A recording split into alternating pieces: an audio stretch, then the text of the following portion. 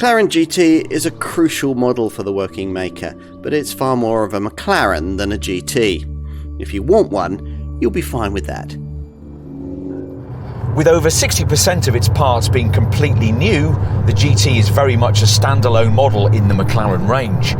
Think of it as a more accessible take on the company's 750S, and you'll be pretty close to the mark.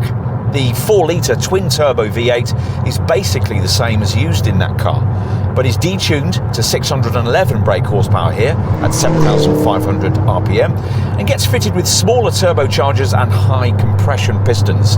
There's a 7-speed dual-clutch paddle shift gearbox, and the 62-mile-an-hour sprint is dispatched in just 3.1 seconds, with 124 miles an hour flashing by in 9 seconds en route to a top speed rated at 203 miles an hour. Over 95% of the V8's power is available from 3,000 RPM, so mid-range acceleration is frantically quick. 2 rotary switches allow you to adjust the powertrain and handling settings through comfort, sport or track modes.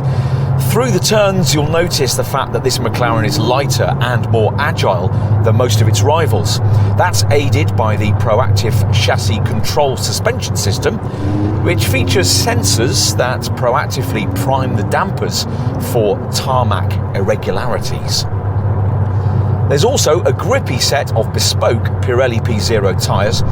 Body control is slightly softer than in other McLaren sports cars, but not by enough to make this a GT in the proper sense of the word. There's a little more refinement than this with the Woking maker's other models too, but again, predictably, the improvement isn't really enough to make the car feel Aston-like in highway cruising. Mind you, the sound it makes is difficult to tire of. For town driving, ride height's been raised to the point where this McLaren can coast over speed bumps as easily as any ordinary sports coupe or hot hatch. Finally, in case you're interested, expect a combined cycle fuel economy figure of 23.7 miles per gallon, while emissions are rated at 270 grams per kilometre, virtually the same as you get from a Porsche 911 Turbo. You'd know this GT as a McLaren at first glance, but perhaps a slightly less aggressive looking one than in this case is only available as a coupe. It's based around a stretched version of the brand's usual Sports Series monocell chassis that delivers a 114mm body length increase over the 750S in order to provide for this model's required extra boot space. Nothing in the design of the GT is without purpose. Everything is for a reason. Invisible to the eye, the airflow is managed, manipulated and channeled around, across and through the car by exact shapes, creases, curves and ducts in the bodywork. Time to take a look inside. Now, giving an exotic feel, the Marque's usual dihedral doors have been retained, as has McLaren's usual reluctance to provide proper handles for them, so there'll be a bit of fumbling around the first time that you attempt to gain access. Get behind the wheel and you'll find the usual McLaren driving position. Legs outstretched and arms bent with the brake pedal set perfectly and a thin-rimmed race-style steering wheel cleansed of the usual buttons. The finishing surrounding all of this is quite opulent, but despite that, your first impressions here aren't really of any kind of GT. This is clearly the cockpit of a super sports car, even though you sit a couple of inches higher than you would in other McLaren models. A fractional 5mm wheelbase increase over the 750S and the old 570 GT doesn't make much difference to cabin space, so put all the Grand Tourer marketing out of your mind and instead revel in the fact that all the essential ingredients for focused, high-performance driving are here, including intuitively located controls and excellent forward visibility past slim windscreen pillars. There's also a near-perfect seating position, unless you object to the fact that the car's header rail is rather close to your eye line.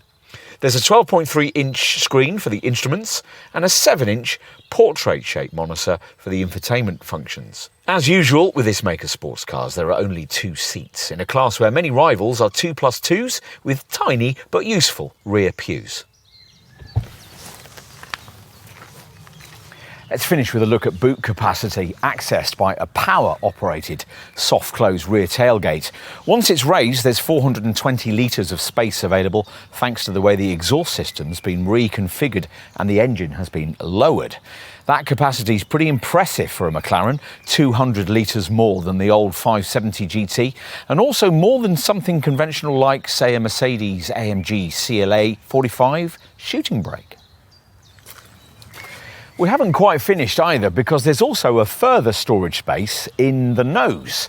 Raise the bonnet and the frunk space revealed is actually larger than the tapered nose leads you to expect, though it's rated at just 150 litres in size. The brand claims that 2 small overnight bags would fit there. If you've been waiting for a McLaren practical enough not to be merely a high days and holidays indulgence, then this isn't it. You'll need either the brand's forthcoming SUV or the future rumoured 2+2 model for that. But the GT certainly has its place in the range, usefully building on the rather compromised day-to-day usability of the old 570 GT and bringing the 4-litre twin-turbo V8 power plant from the 750S in a slightly more accessible price point. In terms of rivals, don't think Bentley Continental GT or Aston Martin DB11. We'd say an Audi R8 Performance or a Porsche 911 Turbo S is closer to what you get here. And for not much more than the cost of either of those two cars, this McLaren feels a good deal more exotic. The recent changes haven't altered its proposition much. It's still not a true GT, but it is a true McLaren. And that's what really matters.